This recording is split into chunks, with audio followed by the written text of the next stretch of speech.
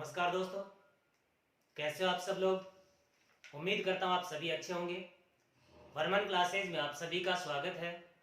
और वर्मन क्लासेज में आज भारतीय इतिहास का एक बहुत ही महत्वपूर्ण टॉपिक, जहाँ से लगभग हर एग्जाम में, चाहे वो एग्जाम राजस्थान का हो और चाहे वो एग्जाम भारत से संबंधित, सेंटर से संबंधित हो, हर एग्जाम में वहाँ से प्रश्न आते हैं।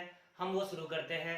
तो आज का हमारा जो महत्वपूर्ण टॉपिक रहेगा उसको हम शुरू करें। तो देखिए दोस्तों, टॉपिक का नाम है भारत में राष्ट्रवाद, या फिर हम कह सकते हैं राष्ट्रीय आंदोलन। भारत में राष्ट्रवाद, या उसे ही कहा जा सकता है राष्ट्रीय आंदोलन। तो देखिए, सबसे पहले हम इसके राष्ट्रीय आंदोलन जो है उसको कई रूपों में पढ़ा जाता है। जैसे सबसे पहले कारण, कारण के बाद में उदय, कब हुआ, किसके साथ हुआ, कौन सी घटना घटी, ठीक है।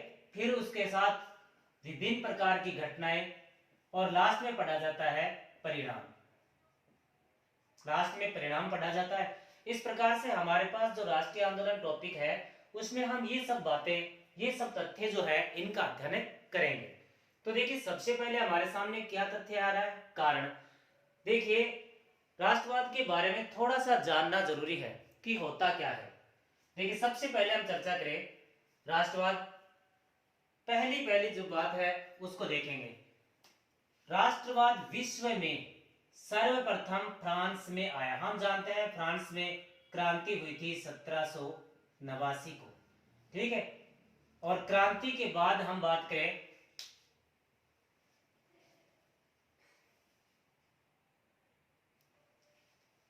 हाँ, क्रांति के बाद नेपोलियन जो है उसका उदय हुआ था और उसने पूरे फ्रांस को एक करने का प्रयास किया था, ये भी हम जानते हैं।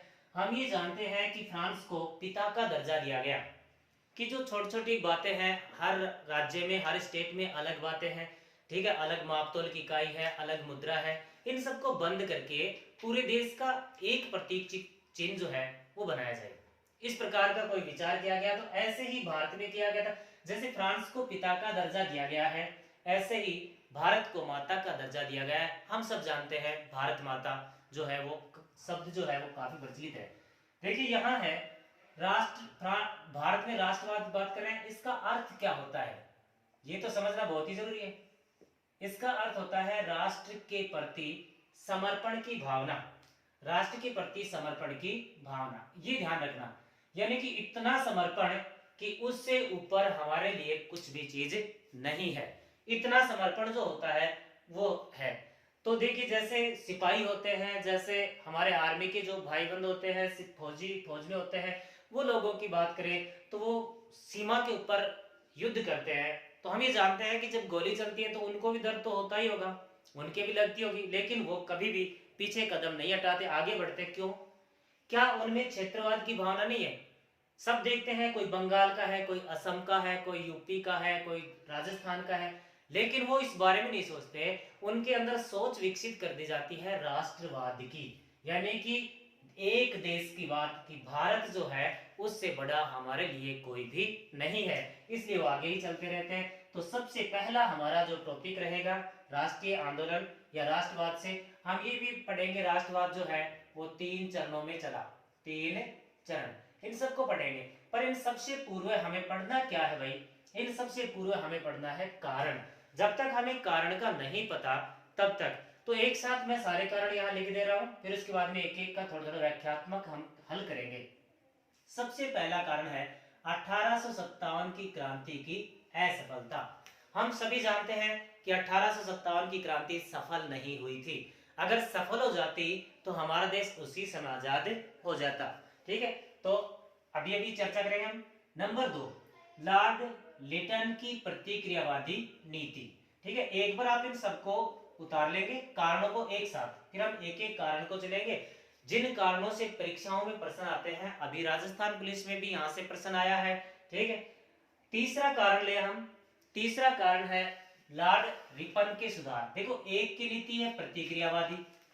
प्रतिक्रियावादी नीति होती है जैसे क्रिया प्रतिक्रिया, क्रिया प्रतिक्रिया, समझे। मैं कोई क्रिया करता हूं, उसके खिलाफ प्रतिक्रिया होती है, समझ रहे हो। यानी कि वो भारतीयों को आगे बढ़ने नहीं देना चाहता, वो चाहता है कि भारतीय यहीं पड़े रहे, इससे आगे ना बढ़े, इस प्रकार की नीति उसकी। तीसरा है लॉर्ड रिपन के सुधार। लॉर्ड कौन है भाई? रिपन। तो लॉर्ड लिटन की प्रतिक्रियावादी नीति, हम ये जानते हैं कि लॉर्ड लिटन है वो 1876 में आया था और 1876 से लगभग 1880 तक भारत का गवर्नर जनरल बनकर रहा। ठीक है। लॉर्ड रिपन की सुधार, तो लॉर्ड रिपन आ गया था उसके बाद में 1880 में, और 1880 से लेकर 1884 तक कौन रहा भाई? Lord Ripon. कौन रहा भाई? Lord Ripon. तो इस प्रकार से लॉर्ड रिपन के सुधार है। अगली बात करें पुनर्जागरण व धर्म सुधार या समाज सुधार आंदोलन, हम ये भी जानते हैं कि ये भी एक महत्वपूर्ण आंदोलन चला 18वीं 19वीं सदी में। उसके साथ में कांग्रेस की स्थापना भी राष्ट्रीय आंदोलन का महत्वपूर्ण योगदान रहेगा, क्योंकि कांग्रेस की स्थापना से एक ऐसा दल मिल गया जो पूरे देश में, पूरे देश के लिए एक दल मिल गया। पहले छोटे छोटे बहुत सारे दल हुआ करते थे और उन दलों ने, छोटे छोटे जो दल थे ना, उन दलों ने अपने अपने स्थान पर, अपने अपने केंद्र में संघर्ष किया है, लेकिन पहला एक कांग्रेस जो था उसने एक बड़े स्तर पर संघर्ष किया है। तो देखिए, फिर छठा है अंतरराष्ट्रीय घटनाओं का योगदान। इन सब कारणों को अगर हम ध्यान से देखें तो इन सभी कारणों का योगदान रहा, जिसके कारण भारत में राष्ट्रीय आंदोलन की शुरुआत हुई। तो हम सबसे पहले पहला ही कारण देखते हैं, जिससे वैसे तो कोई प्रश्न नहीं, क्योंकि 1857 की क्रांति हम अलग से पढ़ते हैं। ठीक है। तो देखिए, पहला ही कारण है 1857 की क्रांति। तो हम ये जानते हैं कि 1857 की क्रांति अगर सफल हो जाती तो राष्ट्रीय आंदोलन लाने का कहाँ जरूरत पड़ती? राष्ट्रीय आंदोलन आने से पूर्व ही हम क्या हो जाते? आजाद हो जाते। तो हम आजाद नहीं हो पाए, तब आप 1857 की क्रांति की जब असफलता के कारण पढ़ते हैं, उन कारणों में भी आपको एक बात क्लियर दिखाई देगी, और वो बात ये दिखाई देगी कि क्रांति असफल क्यों हुई? क्योंकि हमारे अंदर राष्ट्रीयता का भाव नहीं था, हम क्षेत्रीयता के भाव से लड़ रहे थे। जैसे नाना साहब कानपुर के लिए लड़ रहे थे, जैसे रानी लक्ष्मीबाई झांसी के लिए लड़ रही थी, ऐसे सब अपने अपने क्षेत्रवाद। तो क्षेत्रवाद के खिलाफ राष्ट्रवाद लाना है तो पिछली जो कमियां हैं उन कमियों को सुधारना जरूरी है, और पिछली कमियां सुधारी गई तो 1857 की क्रांति की असफलता से हमें कुछ ना कुछ सीख मिली और हम एक होने का प्रयास करने लगे। एक कारण हमारा क्लियर। अब लेते हैं दूसरा कारण।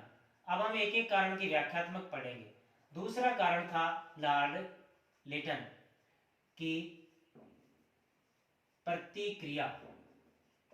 यही था ना भाई, लॉर्ड लिटन की प्रतिक्रियावादी नीति। देखो, आपको बता दूं, ये जो टॉपिक है ये रिट में भी स्पेशल है। राष्ट्रीय आंदोलन, Delhi police, navy, air force, army, second grade और फर्स्ट ग्रेड सब्जेक्ट और जीके दोनों जगह पर ये टॉपिक है। तो देखिए, अधिकतम एग्जाम या सभी एग्जामों के लिए महत्वपूर्ण टॉपिक है।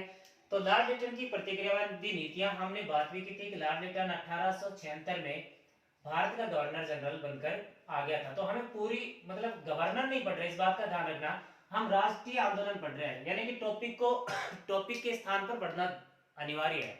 अब मैं मान लो लॉर्ड लिटन पढ़ाने लग जाऊं तो ये तो हम अलग चले गए। ठीक है ना, बीच में लॉर्ड लिटन आया है, उसका योगदान है राष्ट्रीय आंदोलन में, यानी कि वो चाहकर ऐसा नहीं करना चाहता था लेकिन हो गया। कभी कभी हम गलत करते हैं सामने वाले के साथ, लेकिन अच्छा हो जाता है। यहाँ वही बात है, लॉर्ड लिटन की प्रतिक्रियावादी नीति। अब देखिए क्या नीति थी वो। नंबर 1, यहां हम देखें ए नीति। ए है प्रथम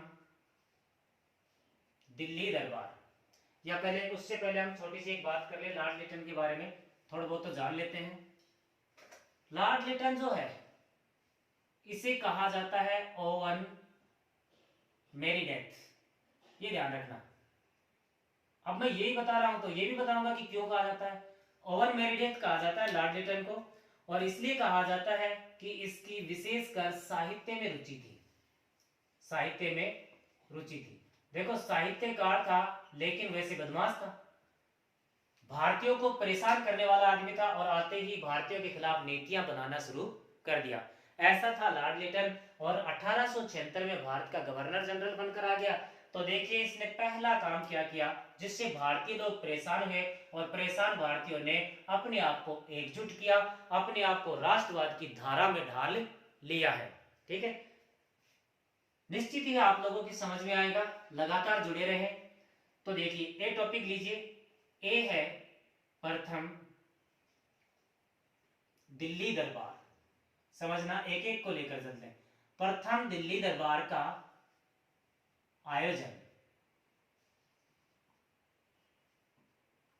ये परीक्षा में आया हुआ प्रश्न है अनेक बार, क्योंकि दिल्ली दरबार का आयोजन 3 बार होता है।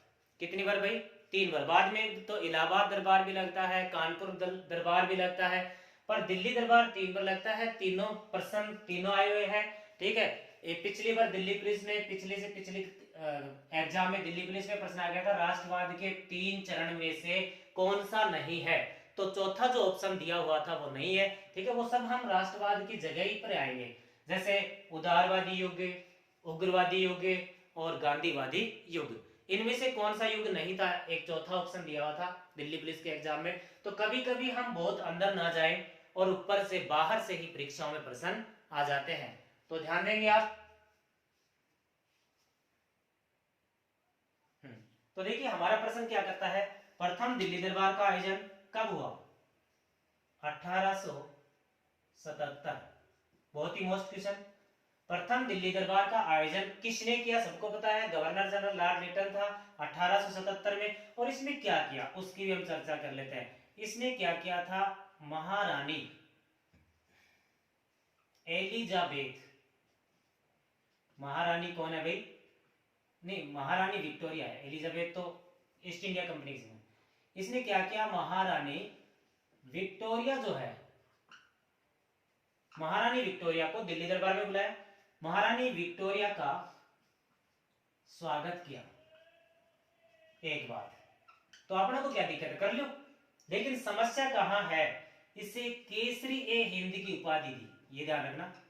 केसर ए हिंद तो भारत में 3-4 आदमी हैं, एक नहीं है। हम ये सोचते हैं महात्मा गांधी केसर ए हिंद, नहीं है, 4-5 व्यक्तियों को केसर ए हिंद की उपाधि दी गई। यहाँ केसरी ए हिंद की उपाधि दी गई है, यानी कि इस हिंदुस्तान की केसरी कौन है? महारानी विक्टोरिया। ठीक है, साथ में इसमें करोड़ों रुपए व्यय हो गए, करोड़ों रुपए का व्यय हुआ। बात समझे? ये जो महारानी विक्टोरिया का स्वागत किया जा रहा है, डीजे बजाया जा रहा है, फूल बरसाए जा रहे हैं, ठीक है, तो उसमें करोड़ों रुपए व्यय हो गए। अब यहां तक भी चलो कोई बात ना हो गई, तो समस्या क्या थी? इसी समय की बात है, दक्षिण भारत में, समझना, दक्षिण भारत में अकाल पड़ा हुआ था। इसी समय दक्षिण भारत में अकाल पड़ा हुआ था। अब भारतीयों के मन में क्या विचार आएगा? अगर ये पैसा जो महारानी विक्टोरिया के स्वागत में लगा है, अगर ये पैसा अकाल राहत में लगता तो निश्चित ही भारतीयों को कोई ना कोई लाभ होता। तो हमारे अंदर एक विरोध की भावना पनपी। अब विरोध की भावना किसके खिलाफ पनप रही है? इंग्लैंड के खिलाफ। इंग्लैंड के खिलाफ विरोध की भावना पनप रही है, तो हम किस में लाएं? क्या बंगाली विरोध करें? क्या राजस्थानी विरोध करें? क्या यूपी की विरोध करें? नहीं, हम भारतीय लोग मिलकर विरोध करें, यही तो विचार है। जब महारानी विक्टोरिया का स्वागत किया जा रहा था दिल्ली दरबार में, तो अनेक राजा महाराजा उनके स्वागत की उस बेला में खड़े थे। नीचे वो मतलब सामने खड़े थे और स्टेज पर महारानी विक्टोरिया। तो उन सबके मन में विचार आया होगा कि ऐसा इसमें क्या है कि ये हमारे सामने इतनी दादागिरी पेश कर रही है और हम जो है आज इसके सामने। तो उनके मन में क्या विचार आया कि एक ही तरीका है, एक ही कारण है, फूट, आपसी फूट। हम, कोई कह रहा है पंजाब का राजा, कोई कह रहा है अवध का राजा, कोई कह रहा है राजस्थान का राजा, कोई बीकानेर, कोई बाड़मेर, कोई फलाना, कोई दिखड़ा। अगर हम ऐसे राजा ना हो और हम सब एक हों, तो महारानी विक्टोरिया की इतनी कोई हिम्मत नहीं है कि आज हम सब के सामने हमें ऑर्डर दे। तो हम सबको एक होने की प्रक्रिया ही क्या कहलाती है भाई? राष्ट्रवाद। राष्ट्रवाद को एक करने के लिए अनेक प्रतीक चिन्हों का इनका प्रयोग किया जाएगा, उसकी भी हम बातें करेंगे। ठीक है, तो देखिए लॉर्ड लिटन की प्रतिक्रियावादी नीति में एक नीति हमने पढ़ा है, प्रथम दिल्ली दरबार का आयोजन। और इसमें क्या हुआ था? इसी समय कलकत्ता के एक अखबार ने लिखा था, इस बात का ध्यान रखना, कलकत्ता के एक अखबार ने लिखा था, समझना, यहां से भी एक प्रश्न बनेगा, रोम जल रहा है, रोम जल रहा है, नीरो बांसुरी बजा रहा है। समझना, ये घटना वास्तविक रूप से रोम की ही है, लेकिन ऐसी कैसी परिस्थिति यहां होगी, यानी कि इस समय भारत जल रहा है और नीरो बांसुरी बजा रहा है। तो प्रश्न देखिए यहां से क्या निकलेगा, बहुत ही मोस्ट क्वेश्चन निकलेगा, और वो ये है कि भारत का नीरो कौन हुआ, भारत का नीरो। आप इस बात को समझे कि बांसुरी कौन बजा रहा है, बखान कौन कर रहा है, पैसे कौन खर्च कर रहा है, उपाधियां कौन बांट रहा है। तो यहां कौन होगा, लॉर्ड लिटन। कौन हुआ भाई, लॉर्ड लिटन। तो लॉर्ड लिटन को हम कह सकते हैं, हमारा एक और प्रश्न निकला है, लॉर्ड लिटन को हम कह सकते हैं दोस्तों भारत का नीरो, भारत का नीरो। हमने एक बार लॉर्ड लिटन को कहा है ओवन मेरी डेथ, साहित्य में रुचि के कारण। यहां हम कह रहे हैं भारत का नीरो, तो फिर रोम किसको कहा, भारत को। यानी कि इस समय भारत जल रहा है और जो है नीरो के रूप में लॉर्ड लिटन जो है वो बांसुरी बजा रहा है। तो भारतीयों के मन में विचार आया कि ये तो गलत परिस्थिति है, ये गलत प्रक्रिया है, अगर मान लो उसका स्वागत भी कर देते कोई दिक्कत नहीं, लेकिन भारत में अकाल राहत कार्य भी तो करते ना, तब तक अकाल से संबंधित कोई खास व्यवस्था नहीं थी। ये जरूर है कि लॉर्ड लिटन ने ही अकाल के बारे में सबसे पहले ध्यान भी दिया था, लेकिन यहाँ की परिस्थिति कुछ और है। लॉर्ड लिटन की प्रतिक्रियावादी नीति का हमने एक पढ़ लिया है, एक, ठीक है।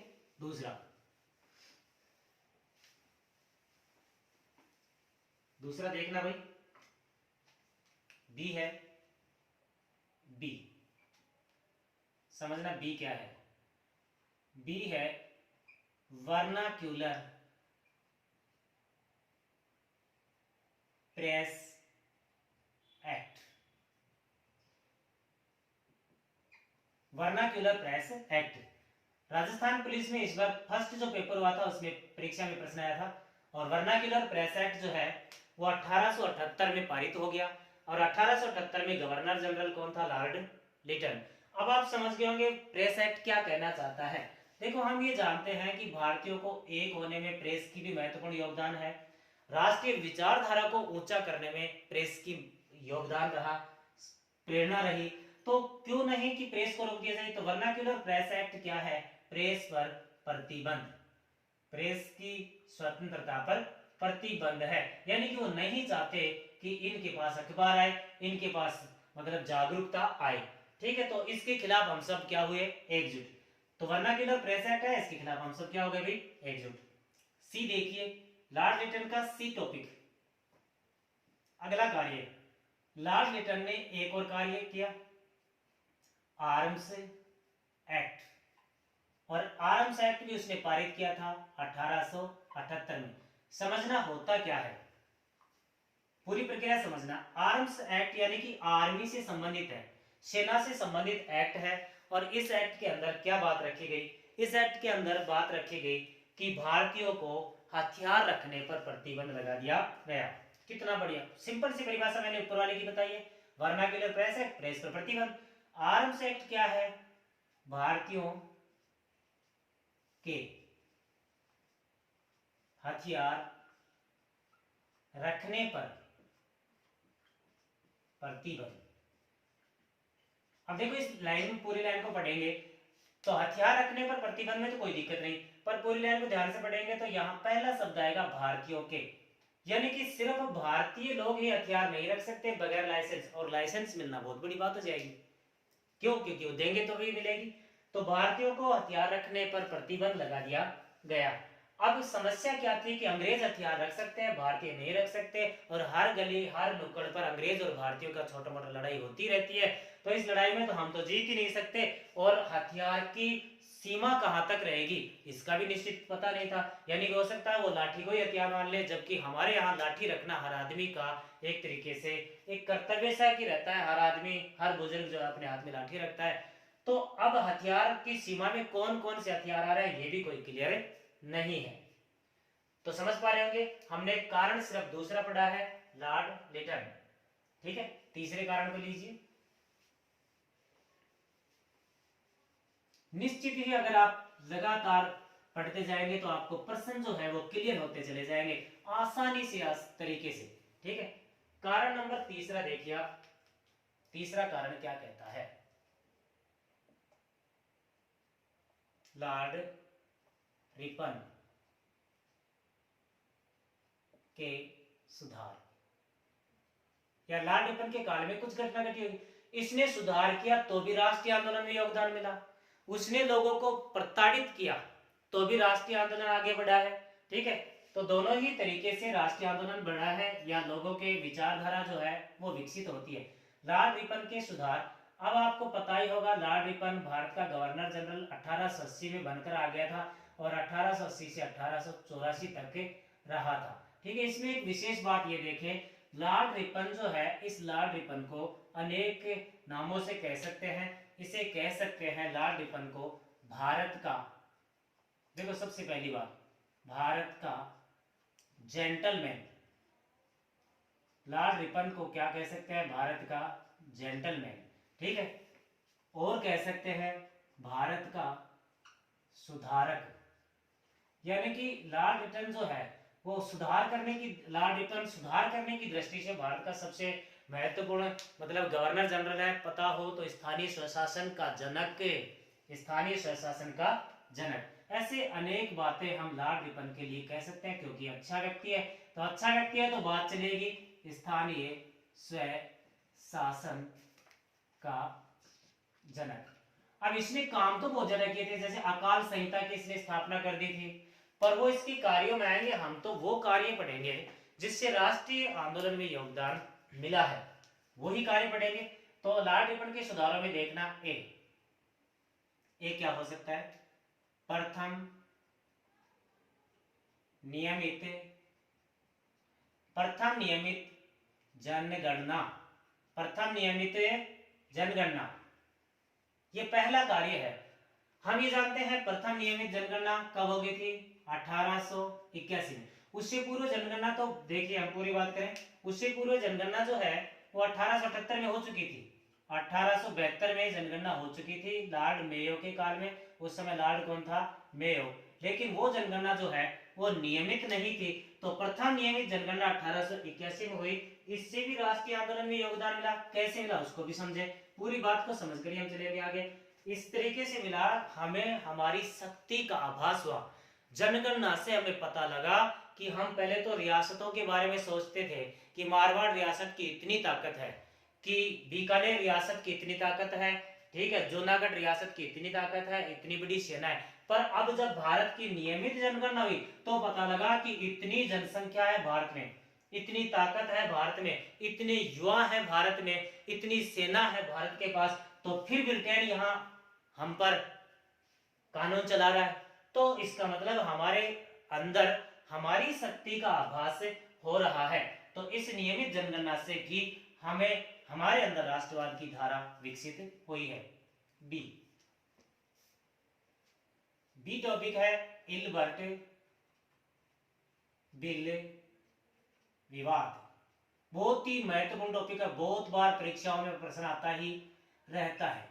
प्रश्न तो ये कहेगा कि इल्बर्ट बिल विवाद कब हुआ, तो आपका उत्तर रहेगा 1883। उत्तर क्या रहेगा भाई? 1883। लेकिन इसकी व्याख्या क्या है? मेन प्रॉब्लम तो यह है ना, इसकी कहानी भी हमें पता होना चाहिए। तो देखिए इल्बर्ट बिल विवाद क्या कहता है। देखो पहला प्रश्न आएगा, इल्बर्ट बिल विवाद किसके समय हुआ? उत्तर होगा लॉर्ड रिपन। तो क्या था? लॉर्ड रिपन ने भारत को समान न्याय के अधिकार, लॉर्ड रिपन ने भारत को समान न्याय के अधिकार देने के लिए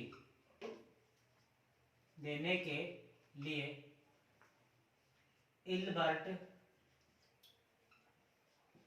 के नेतृत्व में कमेटी का गठन किया। कमेटी का क्या किया? गठन। कब किया? 1883 में। इसे कहते हैं इल्बर्ट बिल। विवाद वाली बात नहीं, सिर्फ इल्बर्ट बिल आया है। अब इस कमेटी ने भारतीयों को न्याय देने के लिए क्या कहा? इस कमेटी ने कहा कि दो प्रकार के न्यायाधीश होने चाहिए। एक न्यायाधीश भारतीय भी होना चाहिए। मान लीजिए भारतीयों को कोई साथ कोई गलत हो रहा है काम, तो फिर क्या करें? तो फिर अंग्रेज तो निश्चित है कि जो अंग्रेज है वो लोग भारत को ऐसा न्याय नहीं देंगे। यानी कि अंग्रेजों की न्याय प्रणाली पर भारतीय जो क्रांतिकारी लोग हैं उनको विश्वास नहीं था। तो क्या किया जाए? तो देखिए, इल्बर्ट ने सुझाव दिया कि एक सीधा सा काम ये कर लो कि भारतीयों को एक अलग से न्यायाधीश दे दो। इसका विरोध हुआ। इल्बर्ट जो बिल है, ध्यान देना प्लीज, इल्बर्ट बिल, इस इल्बर्ट बिल का विरोध समस्त अंग्रेजों ने मिलकर विरोध किया। इसे कहते हैं श्वेत विद्रोह। क्या कहते हैं भाई? श्वेत विद्रोह। तो परीक्षा में ये भी प्रश्न आ जाएगा, श्वेत विद्रोह कब हुआ? 1883 में। और किसने किया? अंग्रेजों ने, इल्बर्ट के खिलाफ या फिर लॉर्ड रिपन के खिलाफ। इस विद्रोह में अंग्रेज ये चाहते थे कि हम जो है वो किसी भारतीय के समक्ष अपराधी बनकर नहीं खड़े हो सकते। तो जब सारे अंग्रेजों ने विद्रोह किया तो श्वेत विद्रोह कहलाया, और लॉर्ड रिपन इन सभी कानूनों को लॉर्ड रिपन वापस ले लिया। इससे भारतीयों के दिमाग में एक बात आई कि मुट्ठी भर अंग्रेज एक कानून को बदला सकते हैं, तो यहाँ तो करोड़ों भारतीय हैं, वो क्यों नहीं बदला सकते? इसका मतलब हमारे अंदर एकता की कमी है। हमारे अंदर किसकी कमी है? एकता की। तो हम सबको एक हो जाना चाहिए, और एक होने की प्रकृति ही राष्ट्रवाद कहलाती है। एक होने की प्रवृत्ति क्या कहलाती है भाई? राष्ट्रवाद। तो हमारे पास कारण कितने हो गए? 3। कितने हो गए? 3। अगले कारण की ओर चले।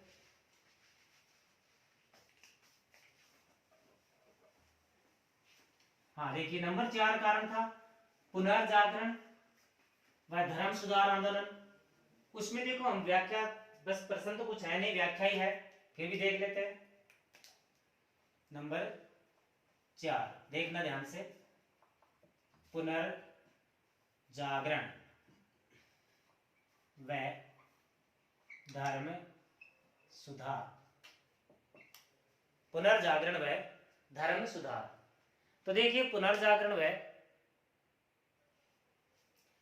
इससे क्या हुआ? इससे हुआ भेदभाव की जो भावना थी ना, वो भावना थोड़ी बहुत कम हुई। भेदभाव की भावना से क्या था? भारत ग्रसित था।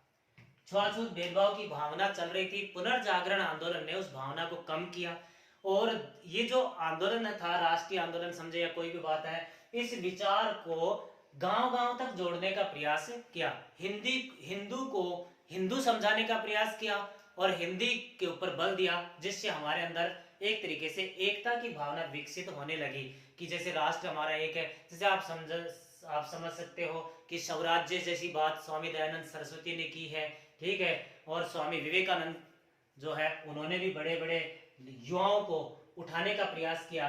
तो साथ में पुनर्जागरण धर्म सुधार तो हो रहा है, साथ में राष्ट्रीय आंदोलन भी बढ़ रहा है। कारण नंबर 4 हो गया।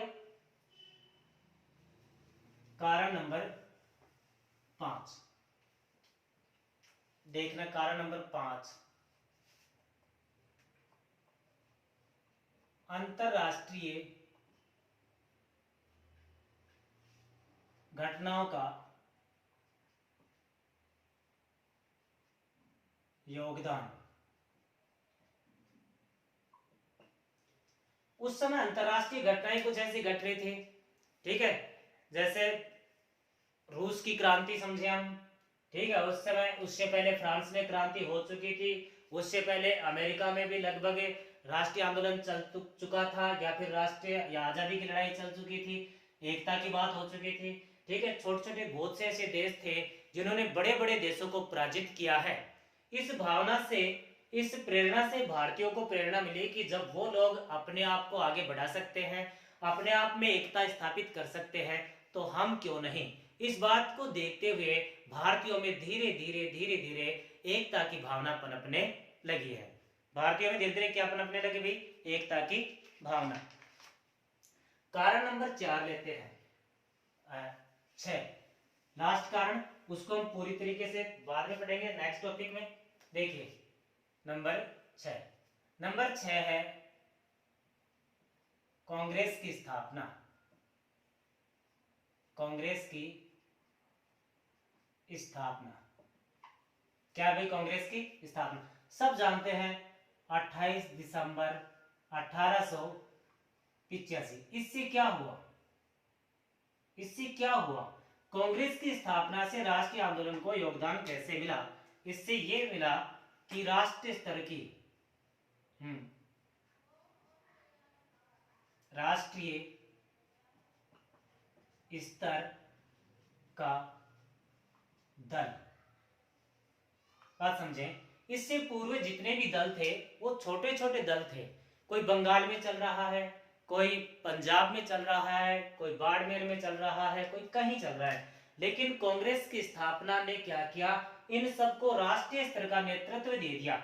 यानी कि ये कांग्रेस एक ऐसी पार्टी बनी जो पूरे भारत में चली, तो पूरे भारत में हम अंग्रेजों के खिलाफ जो है वो रोष उत्पन्न कर सकते हैं। अब कांग्रेस की स्थापना हम नेक्स्ट वीडियो में पढ़ेंगे, लेकिन यहाँ हम क्या पढ़ेंगे उस बात का ध्यान रखना। पूरी कांग्रेस की स्थापना, पूरी बातें जो हम करेंगे, लेकिन वो नेक्स्ट क्लास में करेंगे। यहाँ सिर्फ और सिर्फ हम कारण पढ़ रहे हैं। अगला कारण देखिए, नेक्स्ट कारण 7वां नंबर का देख लेते हैं। या हम एक मेन टॉपिक है उसको पढ़ लेते हैं। कांग्रेस से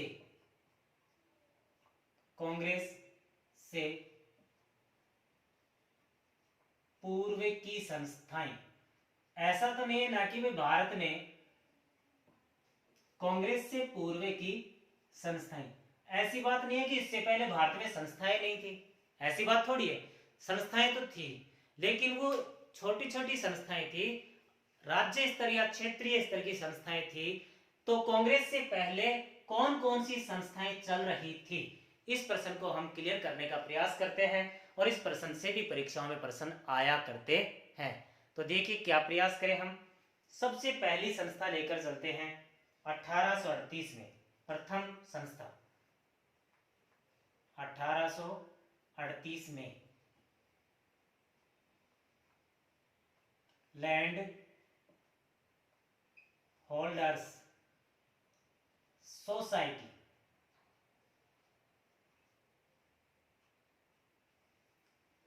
लैंड होल्डर्स सोसाइटी 1838 में बनी।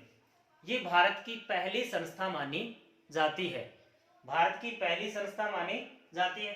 ठीक है, तो देखो इसकी स्थापना करने वाले द्वारका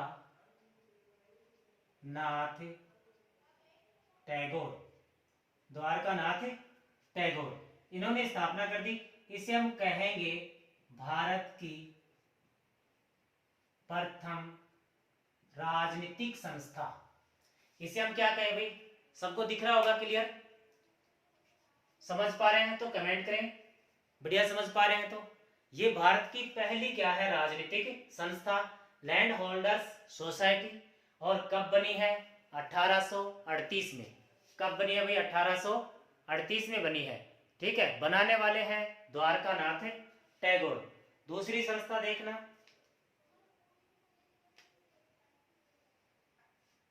दूसरी संस्था बन रही है 1866 में, ईस्ट इंडिया सोसाइटी। पहली संस्था बनी लैंड होल्डर सोसाइटी, दूसरी संस्था बनी है ईस्ट इंडिया सोसाइटी जो 1866 में बनी है। इस संस्था को बनाने वाले नेता जो हैं वो हैं दादा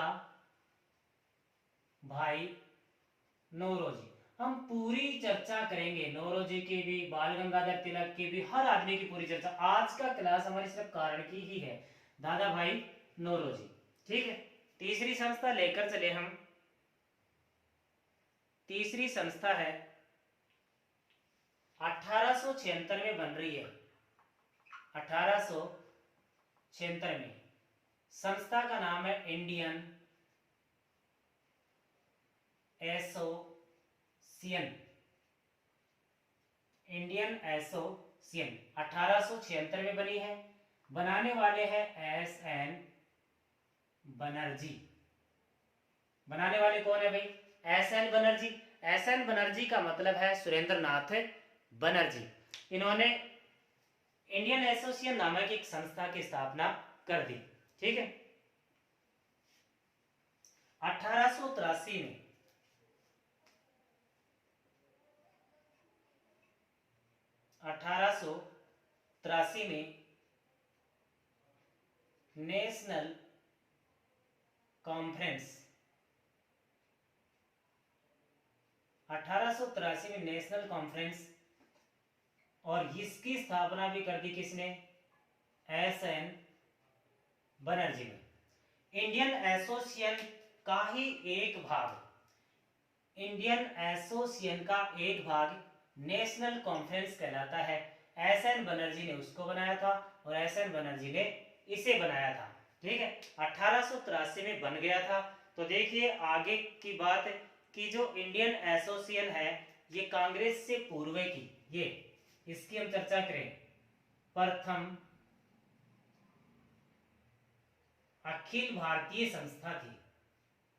बात समझे, कांग्रेस से पूर्व की एक ऐसी संस्था जिसका लगभग भारत में कोई इकाइयां या पूरे भारत में प्रभाव हो, यानी कि एक क्षेत्र से आगे बढ़कर प्रभाव हो, ऐसी अखिल भारतीय संस्था कौन सी थी? Indian association. और इसी इंडियन एसोसिएशन ने एक संस्था की स्थापना की जिसका नाम था नेशनल कॉन्फ्रेंस।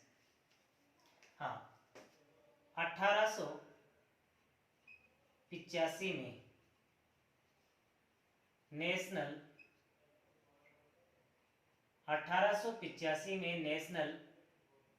कॉन्फ्रेंस का अधिवेशन पूना हुआ, पूना में हुआ। 1885 में नेशनल कॉन्फ्रेंस का अधिवेशन कहाँ हुआ भाई? पूना में हुआ। इस बात को देखो, आपको इस पर ध्यान रखना है। इस बात में यहां से प्रश्न निकलता है। यहां से क्या निकलता है भाई? प्रश्न। इस बात का ध्यान रखना है आपको। क्या प्रश्न निकलेगा वो भी हम चर्चा कर लेंगे।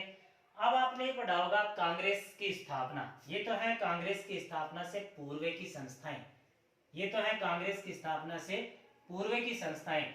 अब आप अगर ध्यान देंगे तो 1 मिनट के लिए हम चलते हैं इस बात पर। हाँ, एक एक स्पष्ट प्रश्न आपकी नजर में आ रहा होगा। देखिए, प्रश्न पूछा जाएगा भारत की प्रथम राजनीतिक संस्था कौन सी है, ये पूछा जाएगा। तो आपका उत्तर होगा ये संस्था, लैंड होल्डर्स सोसाइटी। 1838 में बनी है, द्वारकानाथ टैगोर ने बनाया है। इसी को भारत की प्रथम राजनीतिक संस्था कहते हैं। सामाजिक धार्मिक तो कई बन चुकी होंगी, है ना, जैसे आर्य समाज, ब्रह्म समाज, इस प्रकार से। तो 1866 में ईस्ट इंडिया सोसाइटी दादा भाई नौरोजी ने बना दी, और 1876 में इंडियन एसोसिएशन, ये भारत की प्रथम अखिल भारतीय संस्था है, कांग्रेस से पूर्व की प्रथम अखिल भारतीय संस्था। लेकिन वो भी अपने स्तर पर कामयाब नहीं हुई। तो व्यापक तौर पर यह वास्तविक अखिल भारतीय संस्था या पूरे भारत की राजनीतिक संस्था जो है वो कांग्रेस को माना जाएगा। अब मैं आप बताना क्या चाहता हूं, मैं ये बताना चाहता हूं कि कांग्रेस का प्रथम अधिवेशन, कांग्रेस का प्रथम अधिवेशन कहां हुआ? बंबई में। कांग्रेस की पूरी प्रक्रिया हम पढ़ेंगे आगे, बंबई में हुआ। ठीक है। अब प्रश्न क्या आता है, एक प्रश्न कि इस अधिवेशन में कुल 72 सदस्य शामिल थे। ध्यान रखना, इस अधिवेशन में कुल कितने सदस्य शामिल थे? 72 सदस्य शामिल थे। एक बार परीक्षा में आया हुआ है कि कांग्रेस के प्रथम अधिवेशन में निम्न में से कौन सा सदस्य शामिल नहीं था। तो क्या 72 सदस्य हमारे याद रह जाएंगे? क्या नहीं रहेंगे। तो फिर कैसे याद करेंगे हम? देखो, इसमें 72 सदस्यों में कौन शामिल नहीं था, ये पूछ रहा है। शामिल नहीं था, ये पूछ रहा है। तो शामिल नहीं था, तो आपका उत्तर होना चाहिए एस एन बनर्जी। कौन शामिल नहीं था भाई? S N Banerjee. क्योंकि उसका एक तरीके से किसी भी तत्व का अगर कोई भी प्रश्न या कुछ भी बात है वो प्रश्न बनता है, या उत्तर बनता है तो कोई ना कोई कारण होगा उसका। तो एस.एन. बनर्जी को यहाँ अगर आप ध्यान से देखेंगे तो क्यों रहा, समझ पा रहे होंगे बहुत बढ़िया तरीके से। एस.एन. बनर्जी क्यों शामिल था, क्योंकि एस.एन. बनर्जी कहाँ थे, पूना, क्योंकि उनकी संस्था नेशनल कॉन्फ्रेंस का अधिवेशन चल रहा था पूना में, और कांग्रेस का अधिवेशन की चर्चा भी यही थी कि कहाँ चलाएंगे, पूना। इसलिए इसने अपना जो है दल वो भी पूना ले गया, वहां अधिवेशन कर रहा है, क्योंकि इसने विचार किया कि कांग्रेस का भी होगा। लेकिन उस समय पूना जो क्षेत्र है वहां क्या फैला हुआ था, प्लेग, क्या फैला हुआ था, प्लेग। इसलिए कांग्रेस ने प्लेग के कारण पूना को त्याग दिया और बंबई में अधिवेशन कर लिया, और बंबई में एस.एन. बनर्जी को बुलाया तो एस.एन. बनर्जी फिर बंबई नहीं आया। तो कांग्रेस के प्रथम अधिवेशन में कौन शामिल नहीं था, एस.एन. बनर्जी। एस.एन. बनर्जी का पूरा नाम है सुरेंद्र नाथ बनर्जी। देखो हम पूरे बड़े स्तर पर पढ़ेंगे तो, यानी कि इस टॉपिक को हम पढ़ेंगे first grade, REET, second grade, इन सब के लेवल पर पढ़ेंगे, ठीक है। तो हम इस प्रकार से प्रश्न निकालेंगे एक एक बार। अब किन किन चीजों का योगदान चल रहा था हमारा, मूल रूप से कारण, तो टॉपिक तो कारण ही चल रहा है ना। राष्ट्रीय आंदोलन में क्या क्या कारण थे, राष्ट्रीय आंदोलन के क्या कारण थे, उन्हीं कारणों में से एक प्रसिद्ध कारण देखना क्या था, प्रतीक चिन्हों का योगदान, प्रतीक चिन्हों का योगदान, ठीक है। कुछ प्रतीकात्मक शब्द बनाए गए, प्रतीक चिन्ह समझ लो, ठीक है। राष्ट्रीय प्रतीक, इसको प्रतीक चिन्ह ना कहकर हम दूसरे तरीके से लिख सकते हैं, ठीक है। कई तरीके हो सकते हैं, इसे कैसे लिख सकते हैं, इसे हम लिख सकते हैं राष्ट्रीय प्रतीकों का योगदान। राष्ट्रीय, देश की कुछ प्रतीक बनाए गए, जैसे हम बात करें, ठीक है, कुछ समय बाद आगे चलेंगे तो क्या बन जाएगा, राष्ट्रगान। वो पूरे देश का एक राष्ट्रगान होगा, किसी छोटे मोटे एरिया का नहीं होगा। यानी कि हम ऐसी कुछ चीज बनाए जिसके नीचे आकर या जिसके भाव में बहकर हम भारतीय बन जाएं, क्योंकि भारत होना या भारत कौन है, भारत क्या है, ये तो किसी को पता नहीं था। सब अपने ही एरिया को अपना देश समझता था, अपना स्टेट या अपना जो भी है राज्य या देश समझता था। तो ऐसे कुछ प्रतीक थे, जैसे राष्ट्रगान, जैसे हम बात करें राष्ट्रगीत, इन सब की आगे बात चलेगी कि राष्ट्रगीत किसने कब लिखा, राष्ट्रगान कब काम में आया, पहली बार कब गाया गया, वो शब्द किसने पहली बार गाया, ये सब चलेंगे। पर यहाँ राष्ट्रीय प्रतीकों का योगदान है, जैसे राष्ट्रगान, जैसे राष्ट्रीय गीत, जैसे राष्ट्रीय चिन्ह, जैसे भारत माता की भावना, ठीक है, भारत माता की मूर्ति भी बनी थी, अवनींद्रनाथ टैगोर ने बनाई थी, अवनींद्रनाथ टैगोर ने भारत माता की मूर्ति बनाई, उसे माता का दर्जा दिया गया, एक व्यक्तिगत दर्जा दिया गया, व्यक्तित्व स्वरूप प्रदान किया गया भारत को, यानी कि स्थल नहीं, ये एक हृदय है हमारा, इस प्रकार की भावना प्रकट की गई, जिससे हम उससे जुड़ते हुए चले गए। अब हमें ये माना कि वो हमारी माँ है और माँ से भी बढ़कर है। तब जब हम ऐसा मानेंगे तो किसी भी लोगों का या किसी भी व्यक्ति का दमन हम स्वीकार नहीं करेंगे। हम पर दमन हो जाए कोई बात नहीं, पर हमारे देश पर दमन हो वो हमें स्वीकार नहीं होगा। ऐसी कुछ बातें की गई। राष्ट्रगान, राष्ट्रगीत, राष्ट्रीय चिन्ह, ठीक है, ऐसे जैसे राष्ट्र ध्वज, पहले सबके अपने अपने ध्वज थे ना, किसी का केसरिया, किसी का पीला, किसी का हरा, किसी का नीला, इस प्रकार से एक राष्ट्रीय ध्वज बनाया गया ताकि हम सबको लगे कि ये हमारा है। ऐसा नहीं लगे यूपी वाले को कि ये भाई बंगाल वाले का है, ऐसे नहीं लगे कि पंजाब वालों का, इसको देखकर ऐसा लगे कि ये हमारा है। इस प्रकार के कुछ प्रतीक चिन्ह बनाए गए और उन प्रतीक चिन्हों में या प्रतीक चिन्हों के लिए भारतीयों में समर्पण की भावना डाली गई, ठीक है। और इस प्रकार से हमारे अंदर एक राष्ट्रीयता की भावना विकसित हुई, और वो ऐसी भावना विकसित हुई जिसके कारण हम देश को आजाद ही नहीं कर पाए, इतना ही नहीं कि आजाद, हम देश को स्वतंत्रता की ओर लेके गए, उसके अलावा भी देश में हमने आज तक लगातार, आज तक अनवरत हमारा देश जो है वो विकास की गति पर चल रहा है, क्योंकि आज भी हमारे अंदर वो राष्ट्रीयता की भावना भरी हुई है। हो सकता है कुछ परसेंट लोगों में ना हो, पर अधिकतम लोगों में ये भावना आज भी ऐसे कैसे ही बनी हुई है।